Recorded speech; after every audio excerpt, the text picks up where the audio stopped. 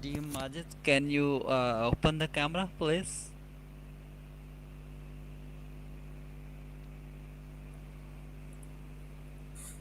Hello everyone. Hello, hello, greetings. Uh, we are going to start within 2 minutes. 2 minutes, just. Okay. We are just waiting for audience members.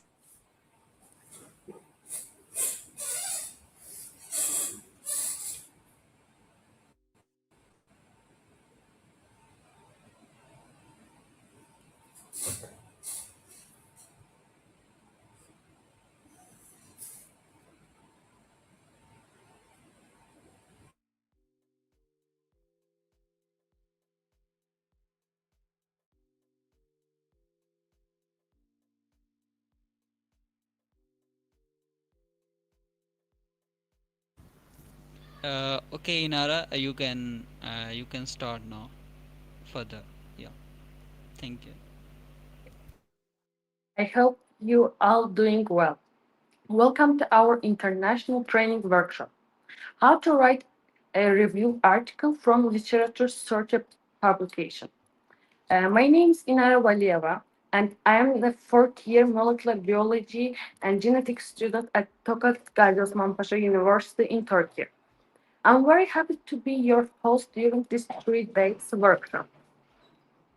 Over the next few days, we will learn how to prepare a strong review article, from finding the right scientific literature to organizing, writing, and publish, publish, publish topics that we can apply in our academic journey.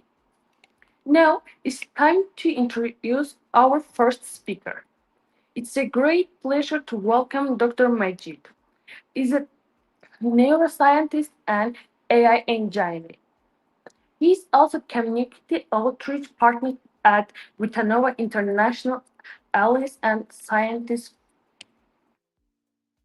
and uh, is affiliated with the University of Calabria in Italy. His work focuses on neurosciences, artificial intelligence, and international scientific collaboration. We are delighted to have him with us today. Please join in giving a warm welcome Dr. Majid Riaz. The floor is yours, Doctor.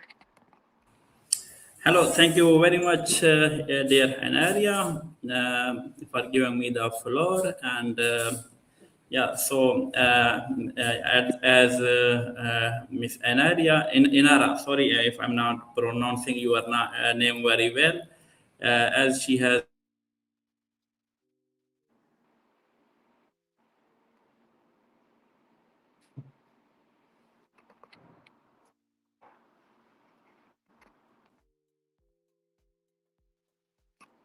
Dr. Majid, are you here?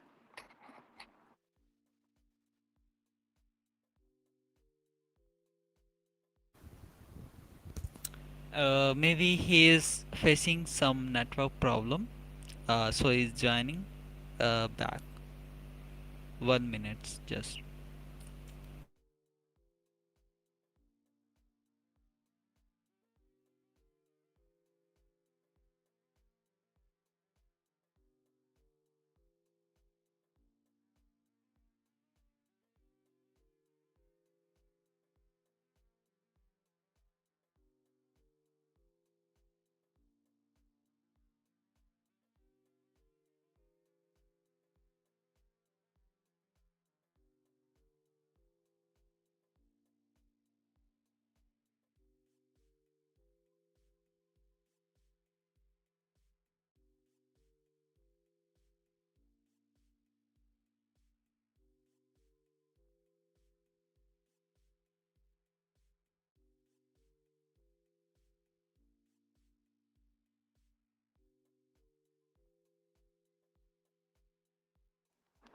Uh, Everyone, they will be here in a few minutes. Just a few.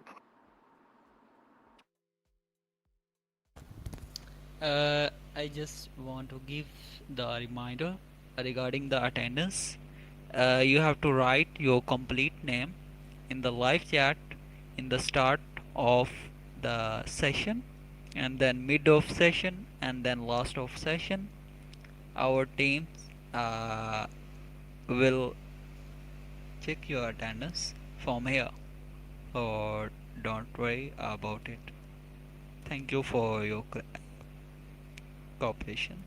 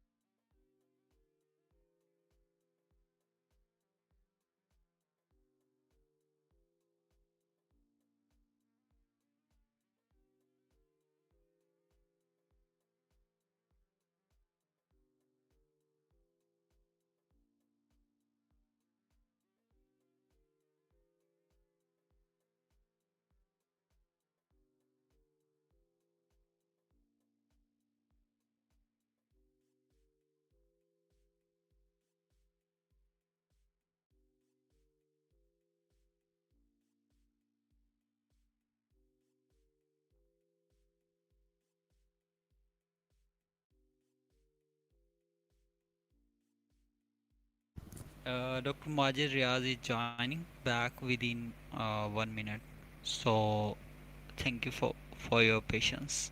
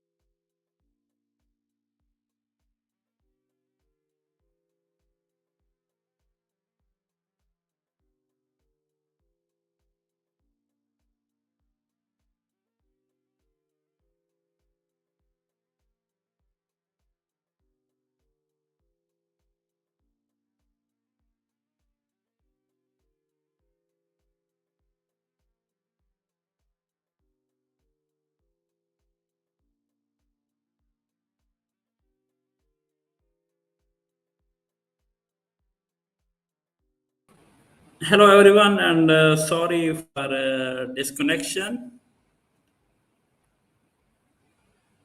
Am I audible now? Yeah, you are audible now. Sorry for the misconnection. So yes, let's start with the introduction of today seminar. I am pleased to present my topic on the seminar of how to write a good and strong literature review paper. I would like to start with one a very common approach to write a good literature review paper, as there are many approaches, but most common approach is Prisma methodology for writing systematic review paper. I will explain throughout this seminar that what is Prisma methodology and why it is important, and how researchers from different communities use this methodology to write a good review paper, and how they publish their review paper using this methodology. Can you go to the next slide? Okay, this is the outline of the today's seminar. The topics which I will try to cover, and I will explain every topic given in this agenda. Next, please. So, before going to the Prisma methodology in detail,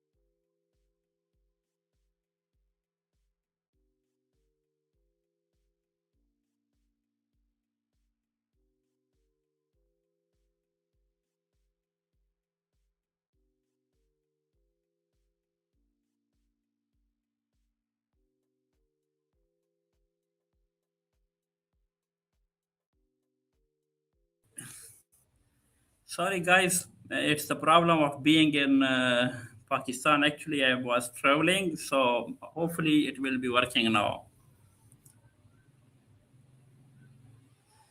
Okay, so I was trying to tell that what is systematic literature review and why it is important to write a systematic literature review. So it is a structured, transparent, and reproducible method of identifying, evaluating, and synthesizing all available evidences related to clearly define the research questions. I will let you know that what are those research questions and how to create or how to make the research questions related to your problems. So the key characteristics of a systematic literature review is that it can address a specific or a focused research questions. It uses a comprehensive and reproducible research strategy. Later in these slides, I will let you know that what is comprehensive and reproducible research strategy. What is the meaning of a reproducible research strategy, and how we can apply these predefined inclusion and exclusion criteria to write the complete research systematic review paper. And then the other main characteristic of this is it minimizes the biases by following a planned methodology. These biases I will explain later that what are those biases and how we can care about those research related biases while writing the systematic review papers, while selecting different papers.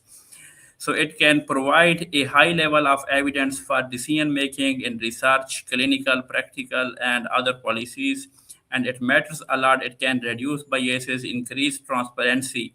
So when we talk about the transparency, then we must need to consider the Prisma methodology. So later in these slides, I will let you know that how to make sure the transparency of the paper through the Prisma methodology, like how the reviewers or how the other readers came to know that these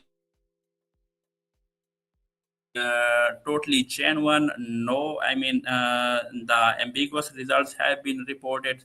So all the studies reported in the systematic literature review paper are totally genuine. That means that this is the transparency, and Prisma methodology ensures the transparency in the systematic literature review papers. So so this is a complete process of writing a systematic literature review. It starts from defining the main questions. That can be four research questions, five research questions, even two research questions sometimes are enough for writing a review papers. So the other next step is that how to search those I mean the answers to those research questions in the different digital libraries. This is we called the research strategy. Then after selecting, after identifying and exploring the various research articles related to the predefined research questions, we go to the screening studies, like which studies need to be excluded and which article need to be included into your research article. Those all criterias, those all I mean threshold, you can say threshold, or you can say the main criteria of inclusion of selecting the papers. I will explain later that what are those criteria through which we can select some papers.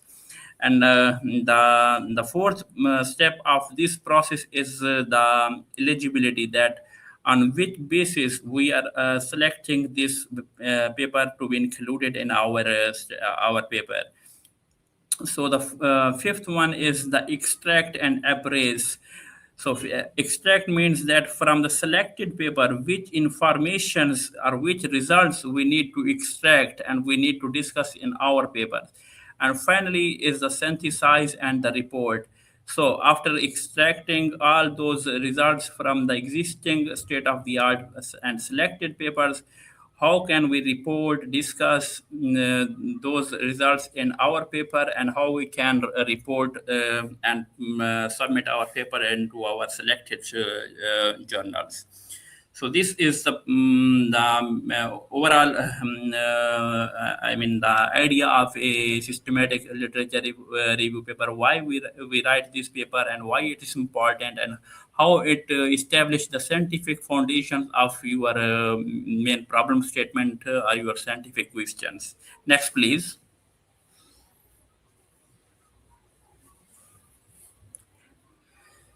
Okay, now the main point of this seminar is what is Prisma. Prisma is actually making a systematic review transparent. So this is about the transparency about which I was talking in the previous slide. That what is Prisma? Prisma main objective is to make the submitted or published paper transparent and reproducible. And Prisma stands for Preferred Reporting Items for Systematic Reviews and Meta-Analysis. So this is a complete form of Prisma, and its key benefits, you can say benefit, or its key characteristics, or its items can be listed as follows. It provides a standardized framework for reporting systematic review. So it is a standard framework for writing a systematic review paper. It helps authors transparently report how studies were identified, screened, and selected. So the authors who employ this methodology, they can report their selected, identified, and screened studies transparently. I will show again and again. I'm repeating the word transparently, like how through this methodology, we can make our work, our submitted work transparent. It makes the study selection process clear and reproducible.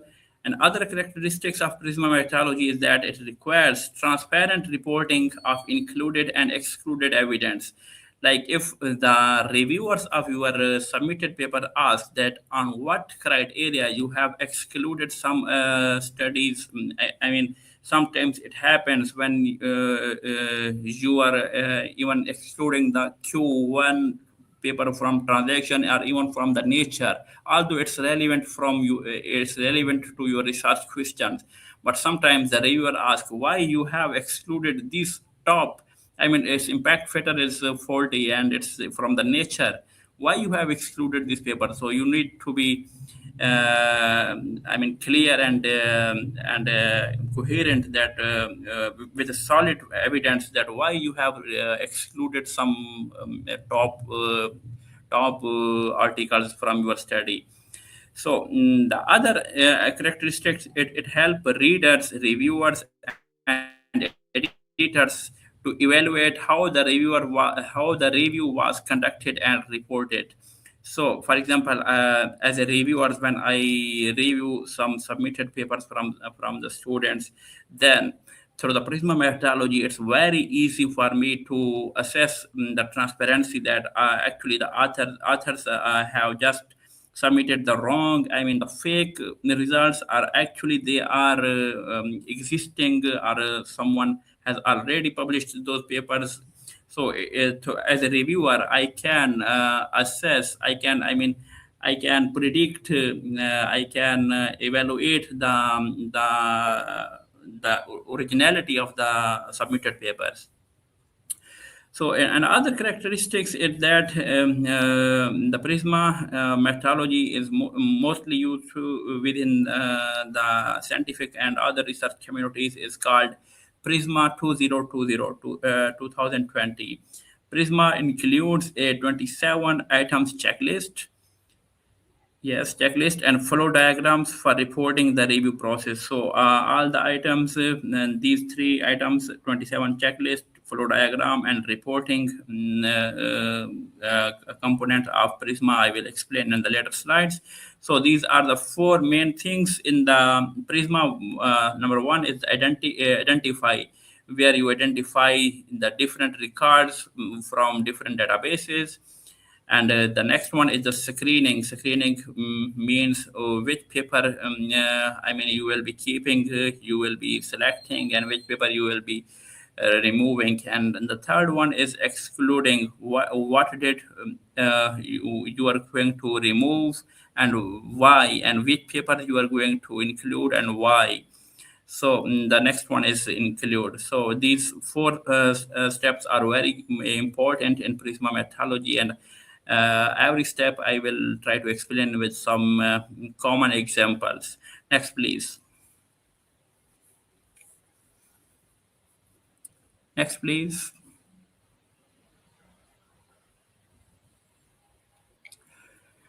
So this is the flow diagram of Prisma 2020. How we can understand, I will try to give a brief descriptions that how we can understand the Prisma methodology.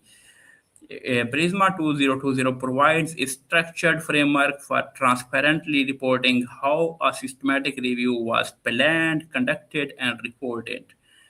So this is the flow diagram. First one is the Prisma checklist, which is called 27 reporting items. So before starting the write-up, we make sure that we need to take some items. This is called 27 reporting checklist. It is used throughout your research review result articles.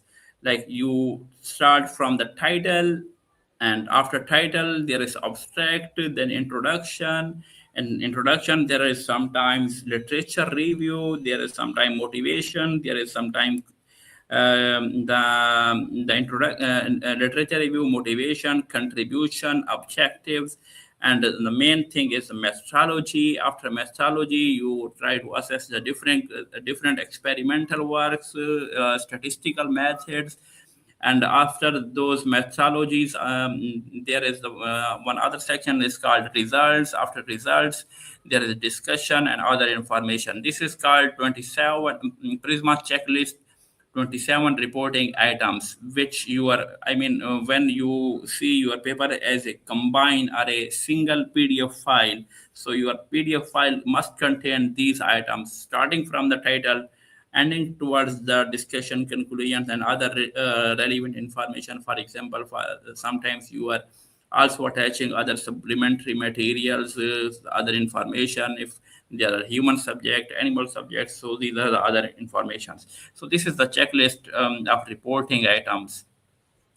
The other item in the, as I discussed in the previous slides, there are three main things. First is for submitting a review paper. First is that before submitting, you make sure your paper, your complete paper have 27 reporting items. These can be less, but it often called 27 reporting items, starting from the title, ending towards the conclusions. So after that, you need to make sure and that in your written paper, you follow a, you have provided a flow diagram of Prisma. This is like a flow chart. I will explain that what is that flow chart in the later slides. But I'm just explaining this because it is the second part of Prisma flow diagram, which is flow chart. It's very important. If you will not be providing a flow chart of Prisma in your literature review paper, then the reviewers, readers, and editors will be questioning the credibility or transparency of your paper. So in Prisma flow diagram, there is identification, there is screening, there is inclusion. Inclusion. In inclusion, you need to also include the exclusion criterias, and then finally the included papers and their results. And the next step is reporting. So after making sure that out of 100 or 1,000, sometimes it's even 10,000 papers. It depends upon your research problems. So after you make sure that you are going to analyze, the 40 or even 30 research articles, then how you are going to report. So those results. The final step is the reporting. So these are the main things of the Prisma, which is the checklist. The next is the flow diagrams. In flow diagram, you need to cover everything. And after flow diagram, this is not just a workflow like you are filling the boxes, but in flow diagrams, every box means a lot that you will see in the later examples. And after the flow diagram of the Prisma, after I mean the completing the all the steps in the Prisma, you need to report your results. Next, please.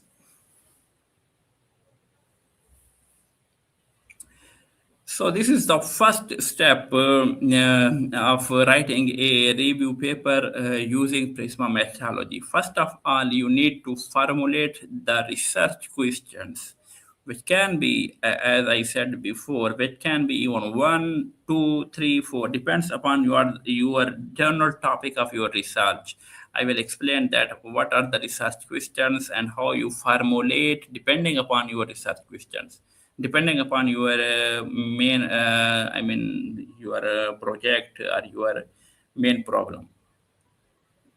So a systematic review begins with a clear, focused, and answerable research question. Yes, this is very important. You need to make sure that the research questions you are formulating are actually answerable, these are just I mean the extraction or the ambiguities in your mind.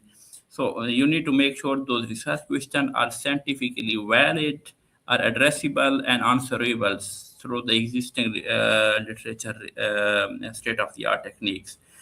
So it starts with some points. There are some main pain points that you need to keep in mind while formulating the research questions, because this is very important. Because if your research question is wrong, then actually you are conducting a review paper totally in wrong way. You will be concluding your conclusion will be not matching to your discussion, to your results, and your results will be not matching to your research strategy, and it will be not matching to your introduction.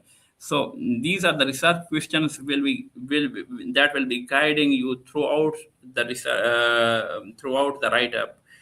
If your research questions are clear, that means your problem statement is clear and you are making the true research strategy, and you are defining the true eligibility criteria. I mean the criteria of including the paper or excluding the papers.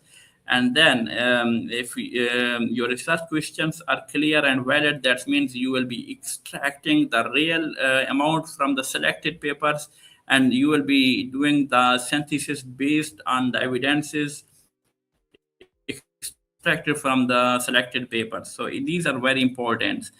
And the number of the research questions can vary depending upon your the main problem. So the main point is of formulating the research question that it starts with a specific research problem, not a broad topic. So it should be very specific. I mean, every word of your research question should be specific. Even a single word which is not specific, it can misguide your review paper. And clearly define the scope and boundaries of the review. If your review papers boundaries, I mean limits, and the overall scopes is clearly defined, then the research questions can be formulated in the right way. It identifies the main concepts that will later become search items. Choose the questions framework appropriate to your field. So, as I explained, it's very important to formulate the research question because it will guide you throughout, starting from the introduction to concluding your papers. For example, I am giving you an example like if some beginner students think about the broad research questions and some expert go with the focused research question. What is the main difference between the broad and the specific research questions? For example, the research question is broad. How is artificial intelligence used in healthcare? And look at the research question. This is just one research question. How is artificial intelligence used in healthcare? So, if you are talking about AI, there are a lot of AI techniques, methodologies, machine learning, deep learning, representation learning, self-supervised learning, generative AI, XAI, everything is AI, you know very well. So you are not making it specific, and you are asking it how to use AI. I mean, you are going abroad, not specific in healthcare. Again, healthcare is very general. It's what about what you are talking. For example, I am working in the brain health, mental health. So again, and if you are talking about the mental health, there are many things related to mental health. Either it can be cognitive functioning. It can be related to the memory. It can be related to the attention. It can be related to the neurodegenerative diseases, for example, Alzheimer, dementia, or if it's can be related to the heart related diseases, for example cardiovascular diseases. So in healthcare there are many things, so you need to define here what you mean by healthcare. Either you are talking about the brain health, mental health, then need to be very specific that which type of the mental health. If it is a neurodegenerative disease, for example Alzheimer, so it can be, for example, specific something like this. How is machine learning used to detect the Alzheimer? It is very, I mean, the specific, coherent, and focused. If you will be searching this research question in the Google Scholar, you will be getting the exact answers. If you will be, I mean, browsing just these broad research questions, then there will be a lot of things, even in the billions, you will be getting that in the articles, and it will be very difficult to identify, and you will be, of course, overwhelmed with the results. So, I'm giving you the counter examples of the focused research questions. How have machine learning methods been used for EEG-based stress detections in adults? Look at this research questions; it's very specific. So you already said you are only dealing with adults. If you're not dealing with adults, it may be dealing with the whole human populations present on this planet Earth. So you are talking about the only adults. You have already specified, and you are talking only on the stress. So you are already specified, and you are talking only about the EEG. So you are only talking about the I mean brain recording technique, which is EEG. Because if you will be going with the general topic, which is brain recording, with brain recording you can say the MRI, you can say EEG, you can say other methods, for example, local field potential. There are lot of things which deals with the brain readings, but you are specified with the EEG. And also you can see in the other green part, which is machine learning. So you are only talking about the machine learning models, for example, SVM, MLP, KNN. So you are not going with deep learning. You are not going with other AI techniques. So you are only focusing on machine learning, EEG, stress, and adults. So this is a very specific and focused research question. And comparatively, you will be when you will be searching these both research questions. For example, in the broad research question is how is artificial intelligence AI used in healthcare. You will be when you will be browsing this question in Google Scholar, you will be, for example, you will be getting almost 3,000 research articles related to this research question.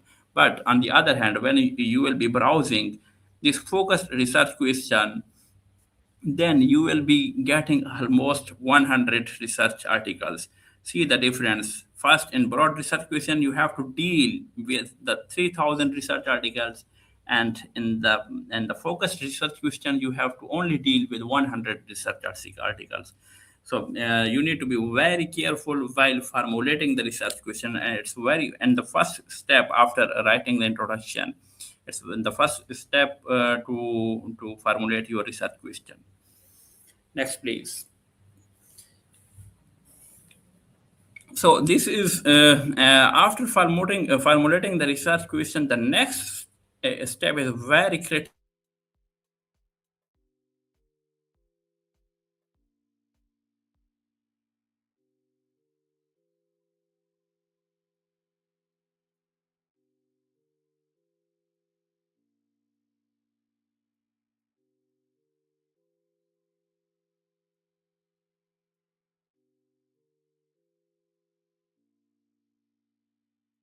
Databases related to your specified formulated research questions, how you get how you extract several studies across several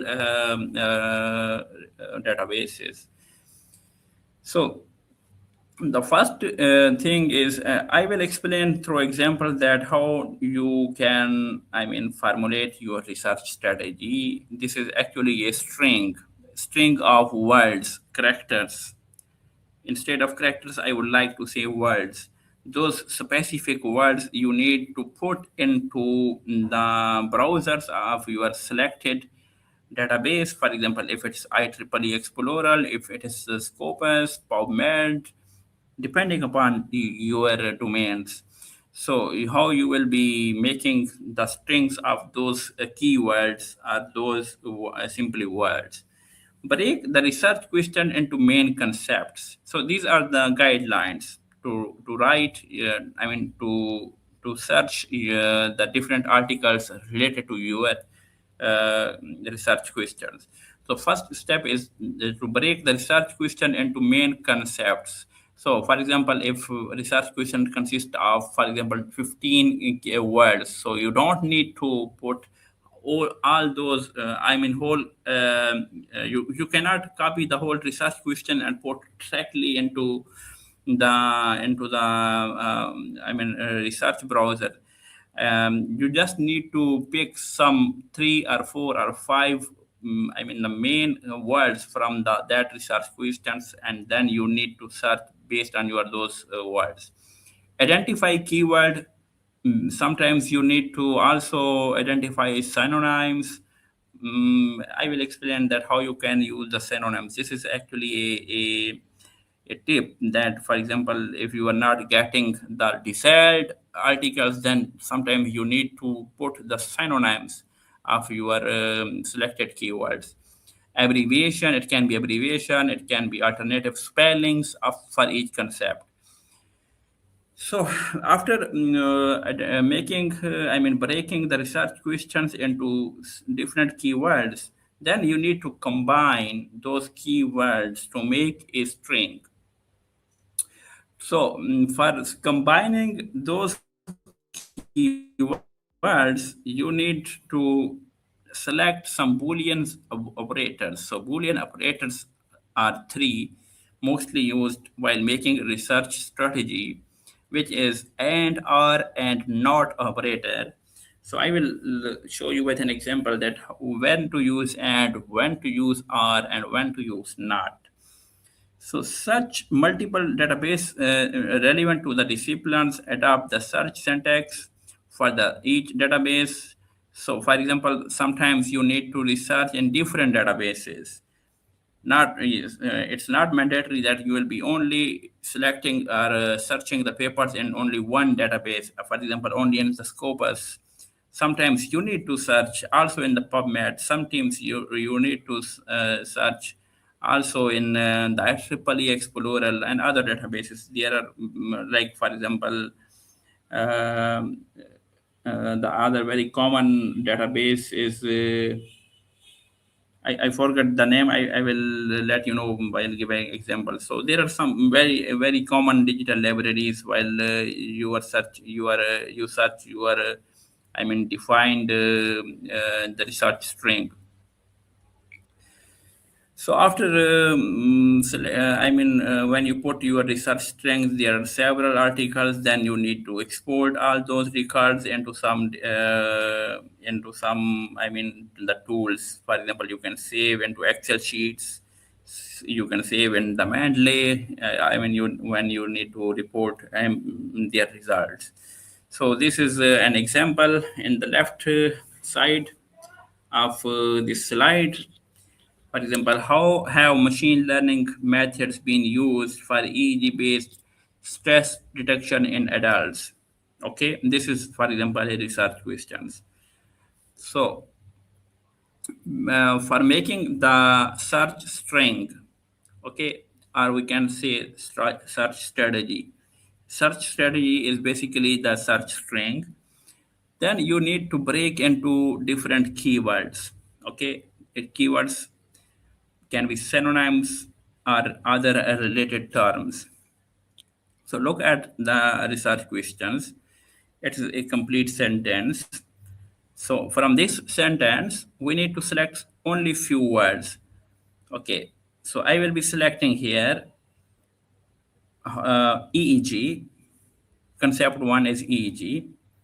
Okay, because I'm interested in doing the research related to EEG for stress detections in adults. So first keyword is, for example, EEG. So synonyms or full form of EEG is electroencephalography. So because and it's not mandatory that all the research articles, all the researchers working on the EEG and stress detections, it's not essential.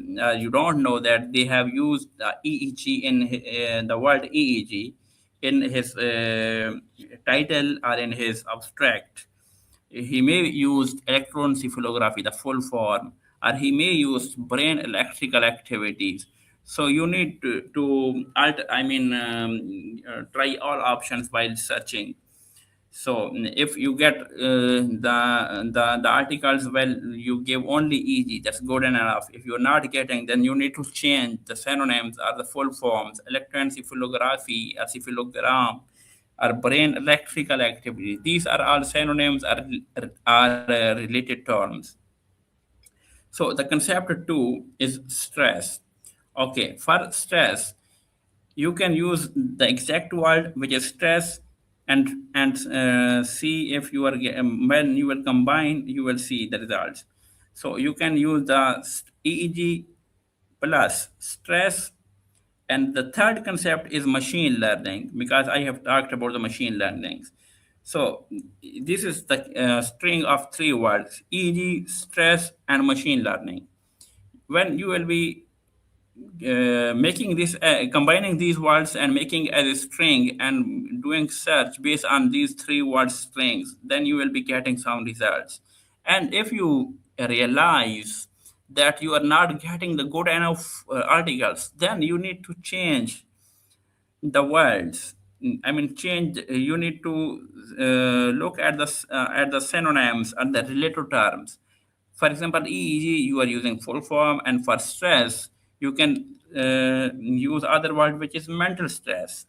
Okay, and instead of machine learning, you can also go with the deep learning. Okay, and you will see.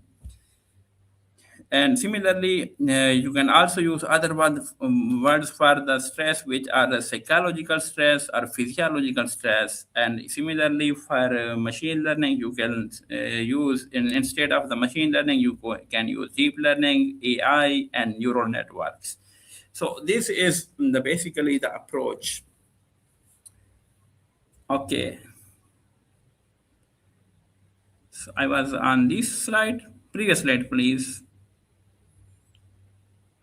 Yes, this one.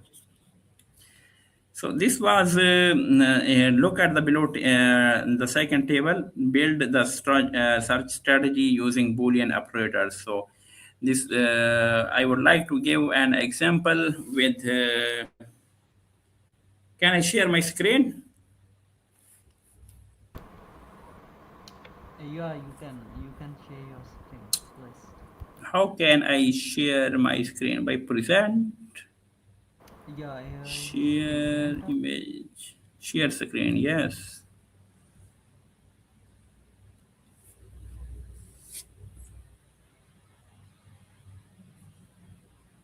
share screen.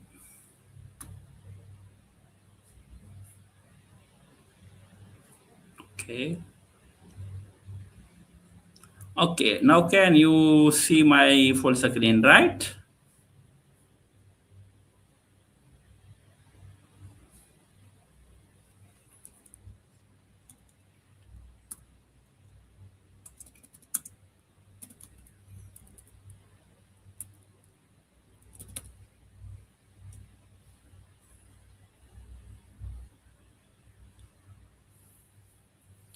So I am going to give you an example that how to make a string consisting of different keywords.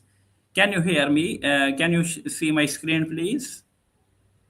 Yeah, your screen is visible and you are clearly audible. Please, yeah, continue. Anyway, it's not clear, but I guess you can see my screen. Yeah, your screen is visible. Please continue. Okay, okay. So I will would like to go with the advanced search. So this is IEEE Explorer. Many of you are maybe not familiar, but the people from the scientific, from electrical, computer science, IT, or other scientific background, software, telecom, and maybe other domains. I'm not sure. Maybe they are familiar with this, but it's almost common with other databases. For example, if you are going to search on the Scopus, it's also almost similar. So I'm going with the advanced search option. Okay. Okay. Yes. Here you will see this. This is the main. I mean the box which you need to fill. Okay, so our research question was in this case, uh, sorry, where I can see the presentation.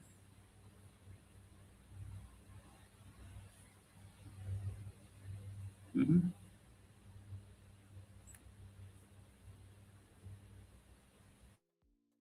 On slides, I guess I was on this slide. Yes.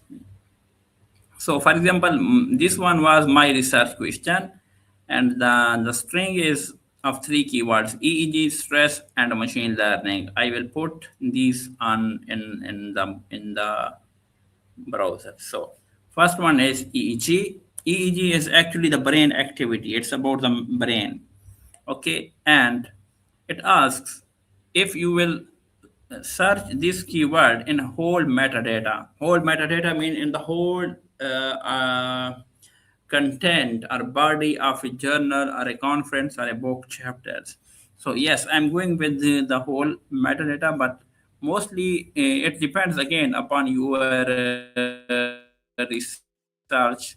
If you're getting very huge number of the articles, then you just need to focus on the abstract. That means EG only appear in abstract. Okay, sometimes it can be only within the title. You can also select here somewhere there should be the, yes, document title.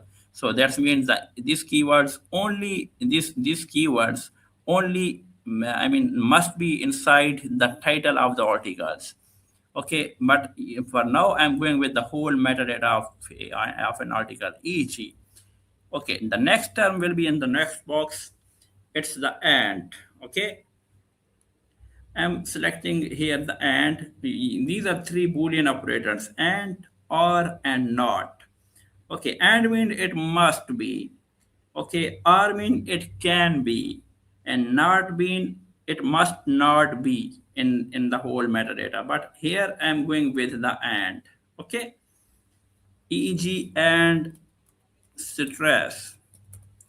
And the next word is again and machine learning. Machine learning. Okay. So again here it's the a range like which I mean the publication years. For this I'm going to select this publication years. Mostly you need to give us a range in the 10 most years, I mean the previous years. This is 2015 to 2026. Okay. Oh, okay, so I have defined a range of years. That means these articles published in previous 10 years.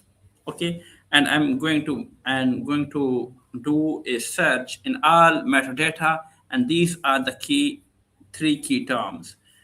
Okay, when I will click on the search, there will be a string automatically generated which you need to copy and paste into your paper. It's doing a search now. Yes. Based on those three keywords, you can see in the green there is a string closed in the bracket. Every word is closed in the bracket. The first is EG, and I use and. The second is stress, and the third is machine learning. Okay, I use these three keywords, okay, in all three metadata. But for reporting, you don't need to mention in the metadata in the string, but yes, separately you must need to mention that we search this string in our whole metadata. If it's only in the abstract, then you must need to mention that we search this string only in the abstract. Okay, so when we search these, we combined these the string consisting of only three keywords. The outcome is 342 conference paper, 53 journal articles, 4 book chapters, and 3 early access articles. I mean the papers which have not been published yet, early access. Okay. So let's see the articles. You can see now the total articles. Here we specified this range starting from 15 to 26.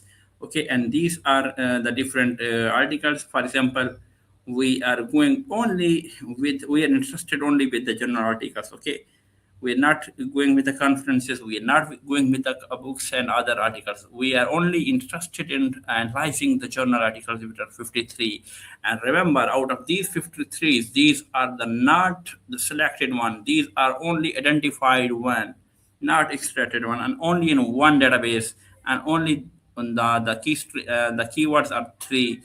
It will be changed a lot. You will be using other synonyms. Also, you will be adding also the or operator, and sometimes, if necessary, you will be adding also the not operators.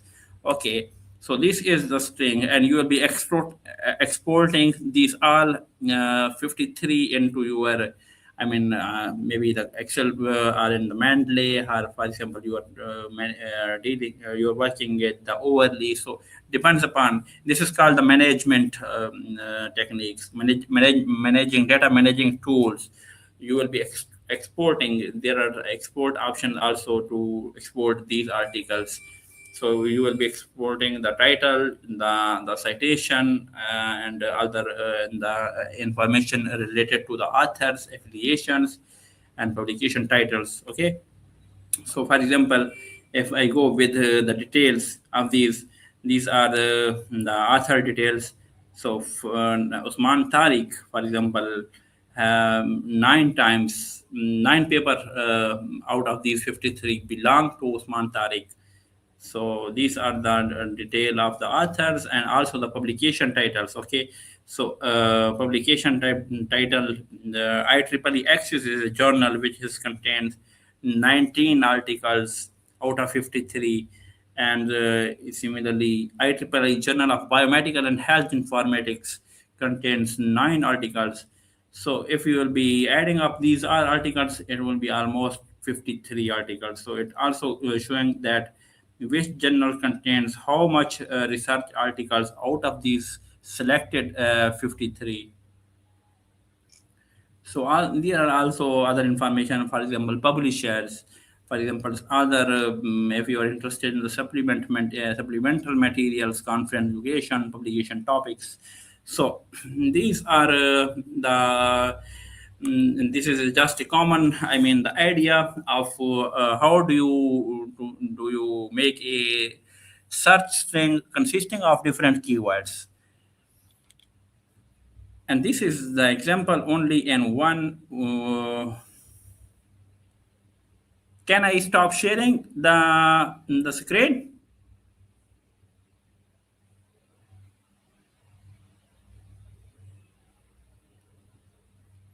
Okay, so I showed you that how you make keywords and how you do search in other different databases. So in the second table there is also example of PubMed, Scopus, Web of Science, and IEEE Explorer, which I just gave you an example. Okay, and you just need to make sure that if you are making the string of three words in the IEEE Explorer, it not necessarily that it should be the same string Web of Sense also. It is not essential. It can be changed, but of course it can be. It must be relevant to your research question. The keywords can be somehow different, but sometimes it's the common research strength in all databases. Sometimes you only go with the one database. So it depends upon again on your problems. But the overall approach of searching is the one that I showed you. And this is that, like, you need to mention that from PubMed how much articles you identified, and from Scopus how much you identified, from Web of Science how much you identified, and from IEEE Explorer how much you identified. So also you need to mention you can make it a table of your search strategy like this, like putting their search date, then their strategy, then their, I mean, the range of years, like in you search in all the databases in the previous 10 years, and also the number of the articles you have read. Next, please. Okay, so next one is the eligibility criteria. So once I mean, collected, I mean, you have selected, or you can say collected. Yes, it's the collection is the most appropriate terms over here. So, for example, once you have collected almost 3,000 papers, so the next one is that what is the eligibility criteria, how you keep those some papers, and how you exclude some papers. Okay, there is a very, I mean, strict criteria and very transparent. Actually, the search strategy, I mean, the string which I showed you through example is the most important criteria of evaluating the transparency of your research articles. For example, if you have submitted your research article and you have claimed that you have searched 1000 articles through this research string, and I only analyzed 20 articles, then how a reader, a reviewer, or an editor can can assess that you are just claiming it's ambiguous, or there is no proof? How you can prove it? Okay, so for example, if I am reviewers, I always used to make sure, I mean, if the claim is transparent, or if the claim is the genuine. Okay, I just what I use as a reviewer of an articles, what I used to do, my practice is I just go with his reported research string of keywords. In his mentioned, I mean, he has mentioned that I have searched this search string in the IEEE Explorer, and I get this. So I use only map. I used to copy only his idea and see if he is talking right or he is lying, for example, because there is no other tools to verify, to validate it. So if I get the same results as he is, I mean, the author is claiming, that means his claim is valid. If you are getting the different things, that means the author has just I mean, just written. He has not validated. He has just reported what was in his mind. So this is I mean, the eligibility criteria that you need to keep in mind while making the search strings, and while mentioning that why you excluded or why you included. And so this the criteria is very, very, very important. And eligibility criteria define in advance which studies can enter the systematic review and which must be excluded. You see that which studies can enter, I mean, which studies will be the part of your literature review, that will be you will be analyzing, evaluating, and what studies will be excluded. Define the eligibility criteria before screening begins. I will. The next step will be the screenings. So before screenings, you must need to identify the eligibility criteria. For example, if you are deciding to include one paper, then you must need to be clear in your mind that why you will be including this paper. It's not only looking at the article's title, or looking at the venue, if it's coming from the nature journal, it's coming from the transaction of, if you are in, I mean, you like that paper. No, it's not. It's about your personal dislikes, but there is a very strict criteria that you, if you are rejecting or excluding some papers, then you must be clear that why you are going to reject, or why you are going to include this paper into your included papers. You are going to analyze in thoroughly in your, I mean, you are going to synthesize this result and you are going to report, because it's very transparent and reproducible. If, for example, if you are mentioning that this paper is, it has stated that these problems very clearly, then you must need to, that means you are asking the other reviewers, other researchers working in your disciplines, your domains, that you are convincing them that you can go with this paper. Or if you are excluding the paper, that means you are also motivating or suggesting other researchers in cross your domain that don't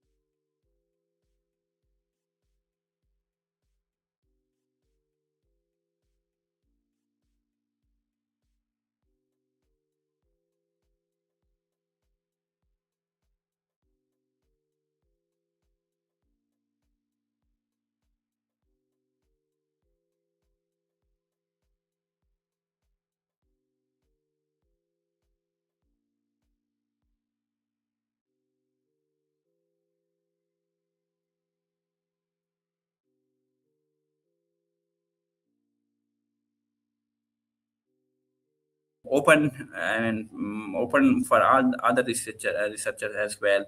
The within the predefined publication period, I mean, it's only comes within the predefined. I mean, you are going to search for the previous 10 years. So eligible language if restricted as well. So similarly, the excluding criteria. For example, if you're going to exclude, that means the paper is not involving the humans. It's dealing with the animal studies. Okay, studies is not involving the EEG. It may be dealing with the other brains recordings or the brain images. Similarly, outcomes are not related to stress. It can be related to the other mental disorders, personality disorders, but it's not dealing with the stress. So it have not been used any machine learning, deep learning, or AI techniques, but it have used some statistical approaches to assess the brain related diseases. Also, the reviews, editorials, and commentaries are not enough. Full text is not reviewed or not available for other researchers or the readers.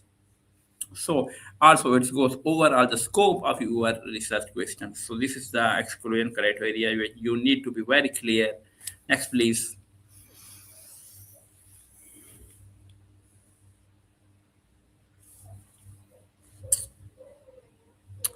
Next, please. Thank you very much, Professor, for our valuable presentation. We will now move on the question and answer session. If anyone has any questions, please feel free to ask. Let's start it.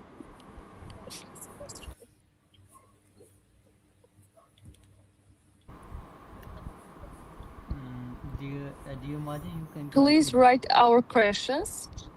Mhm. At the end, we will discuss answers and questions. Yeah. Yes.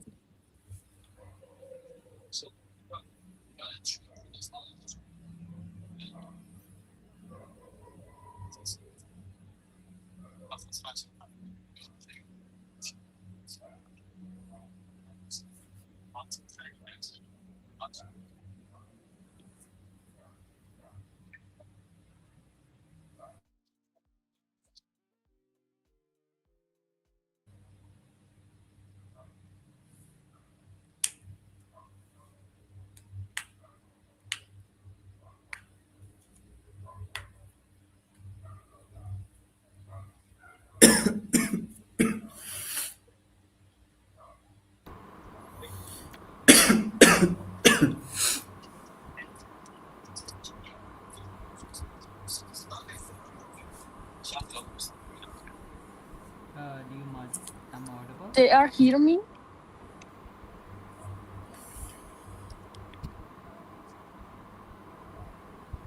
Hello. Can you hear me? No.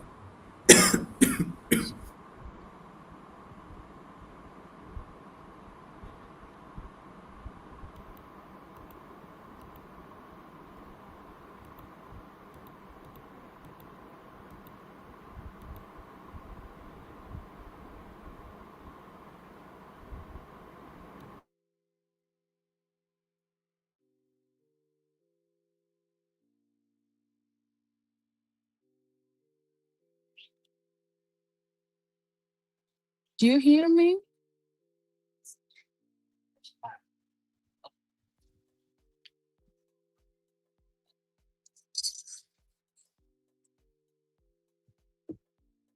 Guys, please write.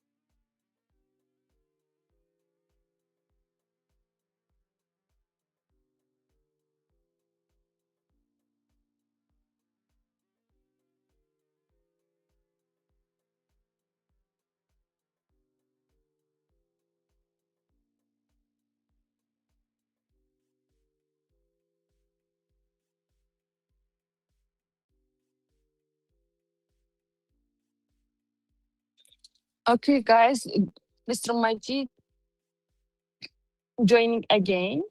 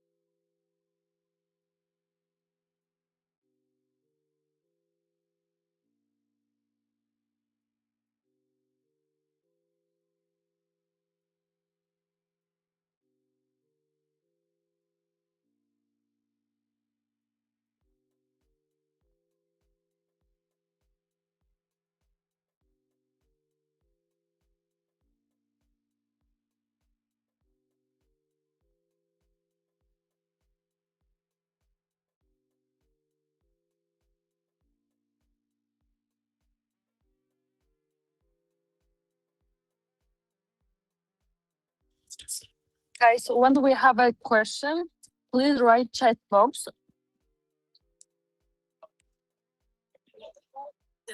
and I read.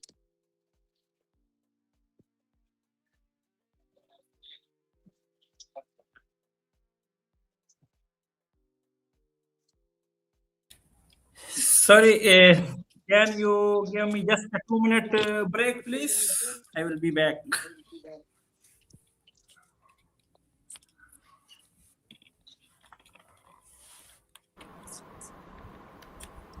Okay, can we start it? Just give me 2 minutes. I will be back in two Okay, minutes. okay.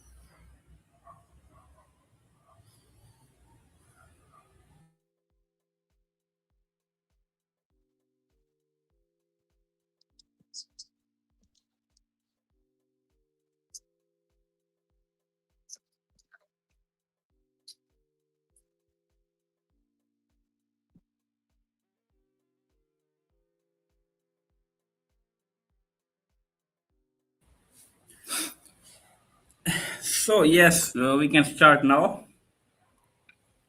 Okay.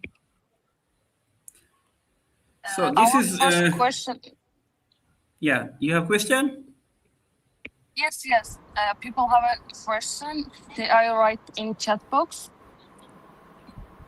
Yeah, Okay. we will discuss the answer and questions at the end of presentation. Can we start it? Okay. Okay. So this is the Please. yes. I'm going to start. Okay.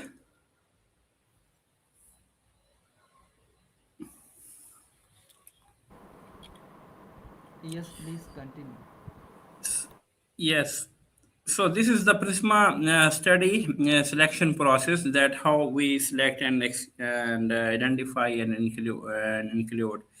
So this is an flow chart. For example, in identification, we need to report that how many articles we have identified in different domain databases. For example, if I am reporting the number of the identified articles is 100 1130 articles records have been identified, then I need to mention that out of these total records, how much belongs to which database. So for example, I want to say that in total articles, 200 belong to IEEE Explorer, 300 belong to other database, and 400 belong to other database. So in total, it must be 1,130 articles. And then I need to also report here through this type of the transparent diagram that records removed before screening were 2,280, and duplicate records were removed was 250. Records marked as ineligible by automation tools 20. So other reasons 10. So these are the total excluded papers in the first screening criteria. Then, after removing all these articles, I kept only the 850 that goes under the screening criteria. So then I need to report that out of these 850 screened articles, how much I excluded. So I have, for example, written that record screen title and abstract only 850. So out of 850, I have excluded 650 because the strings was not present in the title and abstract both. So subtract, if you subtract 650 from 850, you will get exactly 200. So reports sought for retrieval are 200. Again, I mentioned that out of these 200, I have also excluded other 10 articles which are not retrieved, and then out of 200, if I subtract 10, I kept only 190 articles. Reports assessed full for eligibility only in the full text is equal to n is equal to 190 articles. So out of these 190 articles, again I need to see that if they are fulfilling my the research questions. So reports excluded here again, n is equal to 145, wrong population 40, no EEG used 35, no machine learning ML methods 30, outcome not related to stress 25, so other reason 15. So these, if you will add up these all articles and subtract from the 190, you will get only 45 articles. So look, in the initial identifications you are dealing with 1130 article, and in the final inclusions you are only dealing with 45 articles. So this is the Prisma methodology, and this makes your review paper very transparent and reproducible. Next please. Okay. Next question is, if a review article already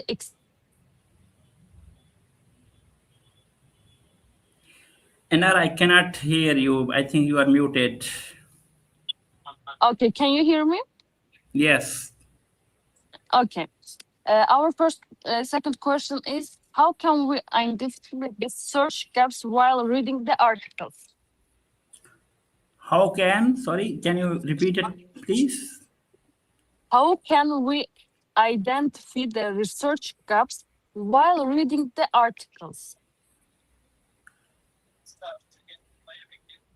How can we identify the articles while how can we identify if it's written in the chat Research. box? Can I see? No.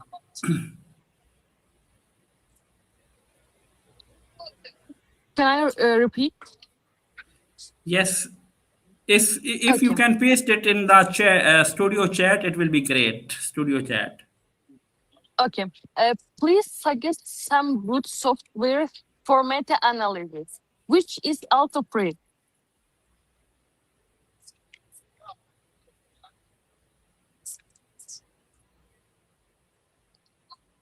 Please suggest some good software for meta analysis, which is also free. Okay, for meta analysis, the most free analysis tool is you can go with, for example, if you are also thinking about the write up, you can think about the overleaf tool. Actually, you will be hearing about the tools in the upcoming session, which is I think tomorrow, which will be actually discussing the tools for meta analysis.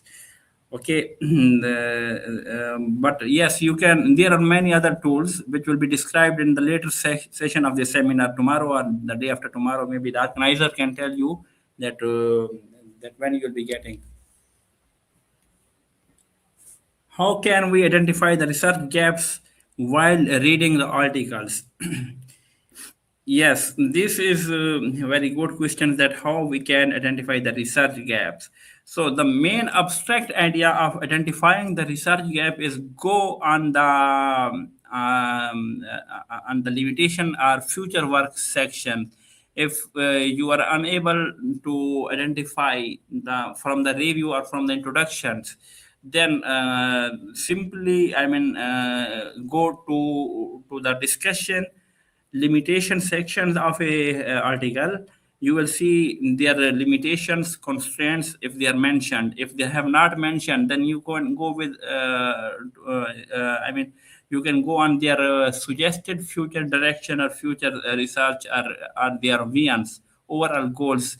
Then from their limitation, future work direction, you can identify the research gap. Actually, the research gaps, there are a lot of research gaps. If you are going only with one research problems, and you are writing one with that research problems, and when you will be writing the review paper, then for every paper you will be identifying the limitations for every included papers.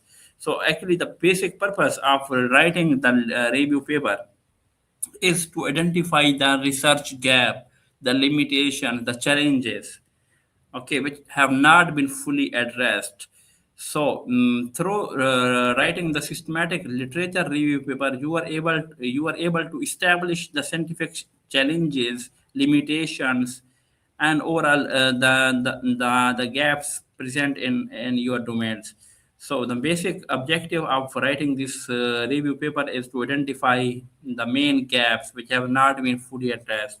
Although the people are working on those domains, but there are still a lot of gaps that need to be addressed. So these are the two things, two main approaches. If you are not going to write the review paper, then you can, I mean, make a summary of every studied articles, and you can identify their gaps, their future research directions. Those are actually limitations. Please, what machine do you use for searching, like Google Scholar, PubMed? Okay, the main difference, actually, the Google Scholar is the browser. It's like a Google, okay, where every article is present in text, either if belongs from PubMed, either if belong from IEEE Explorer or Scopus. Okay, the Google Scholar, like, is a journal. Okay, it integrate all databases. Every articles you will search, you will first need to enter into Google Scholar. It's like a main gate. Okay, it's gateway. For example, you enter into a university, first you need to pass from its entrance from a gate. So take a Google Scholar like an entrance. Okay, then after entering into your university, then you move towards your department. Okay, for example, you belong from computer science departments, so you need to go to your department, computer science department. Okay, so this PubMed, you can see, is the department of the Google Scholar. So first Google Scholar, then PubMed. Similarly, first you need to enter into university, it's through its gates, then you go to your department. So Google Scholar is journal, and PubMed only contains the limited papers. But all papers present in PubMed are accessed through the Google Scholar. What is the recommended minimum and maximum number of articles to cite in the standard review articles? Very good questions. Thank you for the question, Sadaf Tabassum Qureshi. There is no limit, I mean, predefined minimum or maximum number of articles. It can be only 10 articles, it can be 20 articles, it can be 30 articles. Again, it depends upon your inclusion and exclusion criteria. Search keyword string, I mean, search string. So there is no one number. Some papers you will see they have reported 100 papers. Some people you will see they have reported only 10 articles. So there is not a fixed minimum or maximum criteria number of articles. Next question. Any question else, please?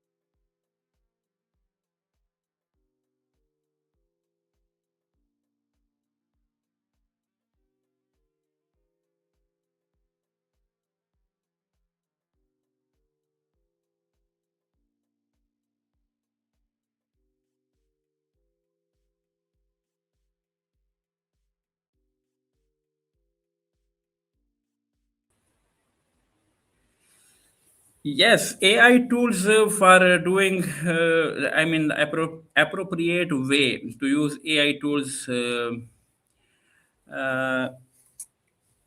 it's good strategy to use AI tools, but yes, again, you can use AI tools. I'm not against using AI tools for doing the research. For example, if you are going to use the cloud, okay, to conduct the research, different databases, you are only giving the string to the cloud and asking that search this string in different databases. But yes, you need to validate if the cloud is giving you the right articles, if actually present on the Scopus or not, it actually present in the IEEE Explorer or not.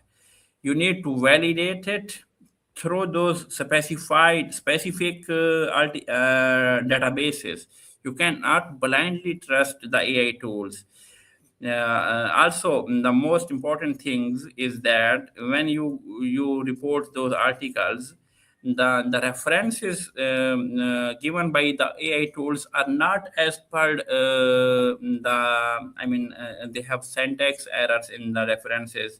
They are not exactly in the format of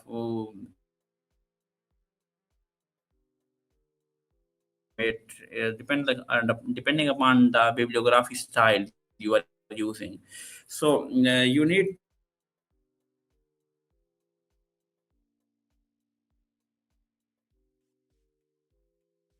validate of your NST, so that actually those articles searched by the AI tools are actually existing in the mentioned databases, or they are just provided by the AI tools.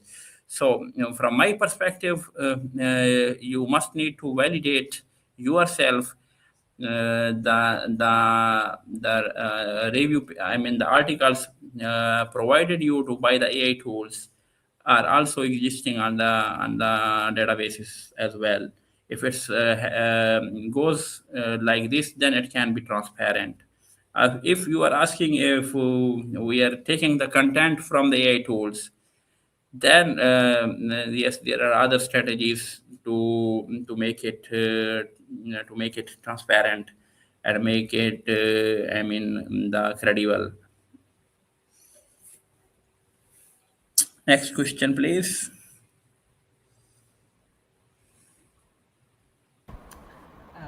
I think we have to right now conclude the presentation.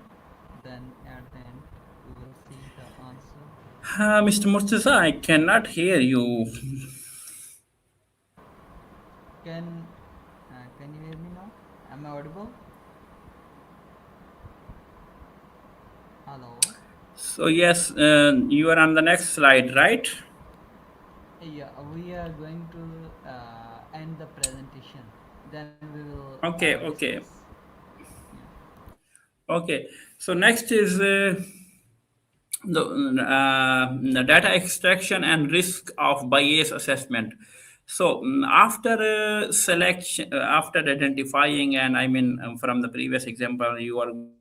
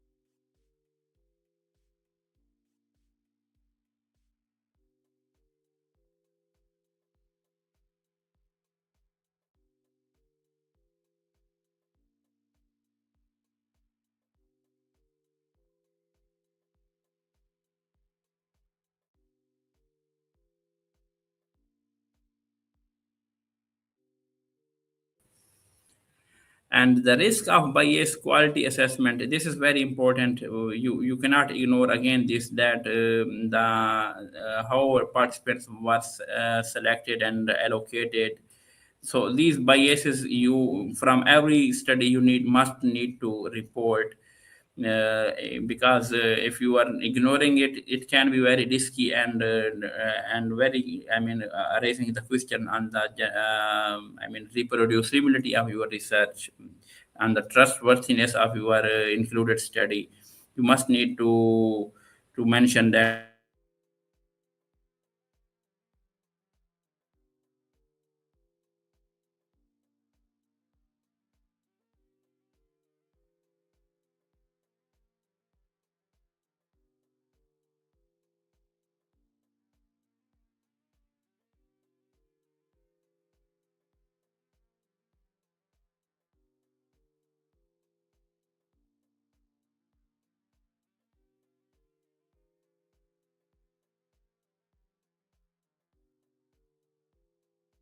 yes, what participants selected appropriately was allocation considered. So these are the biases you must need to take in account while reporting, while extracting those data and reporting.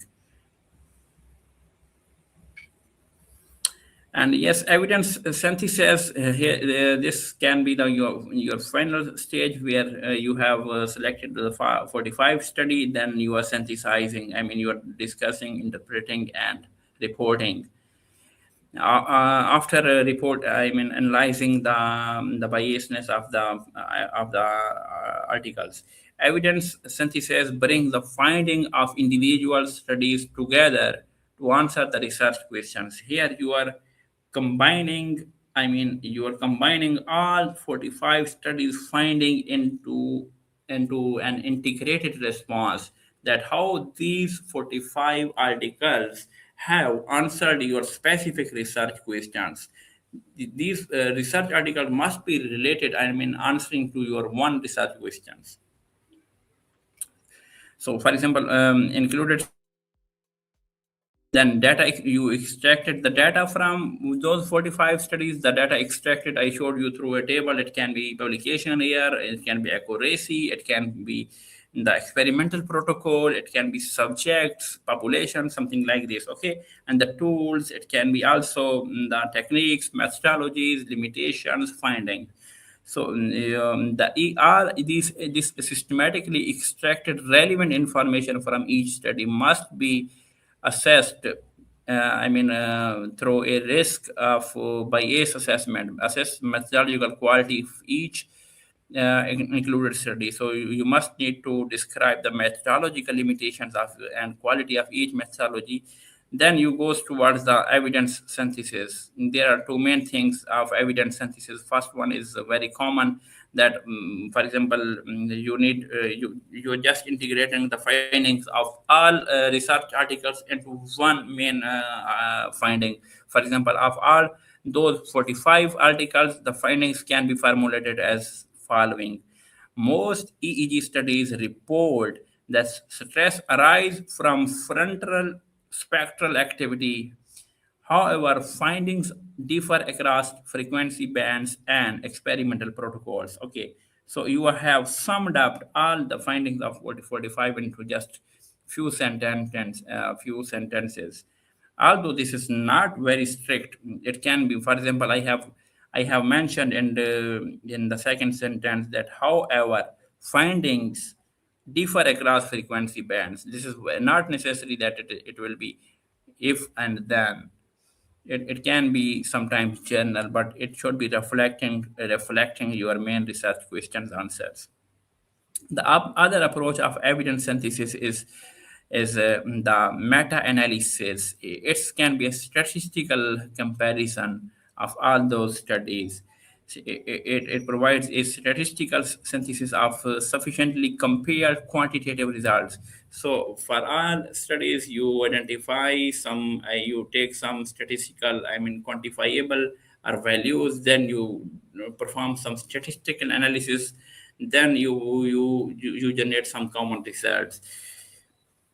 Okay, and this can make your results more interpretable and through those evidences. Next, please. Yes, this one.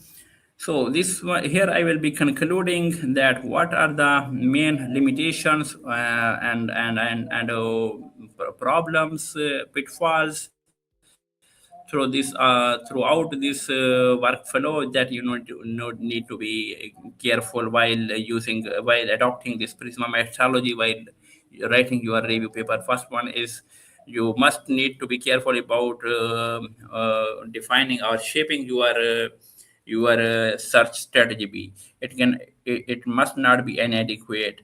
It must not be unclear eligibility criteria. Criteria, as I mentioned, it must be strict and must be followed. That criteria. Incomplete reporting. Some students also report, results from different studies in different way. They are not reflecting to main questions. So, for example, question is something else and answer is something else. So reporting should be consistent. And poor duplicate management. Sometimes, for example, same paper appear in different databases. So this is the duplications. And just to increase the number of articles, some people used to go with these duplicated articles. And also, the other problem is inconsistent screening. Different reviewers apply different criteria differently, and also missing reasons for exclusions. So also, some authors do not properly report the exclusion criteria that they used to use in their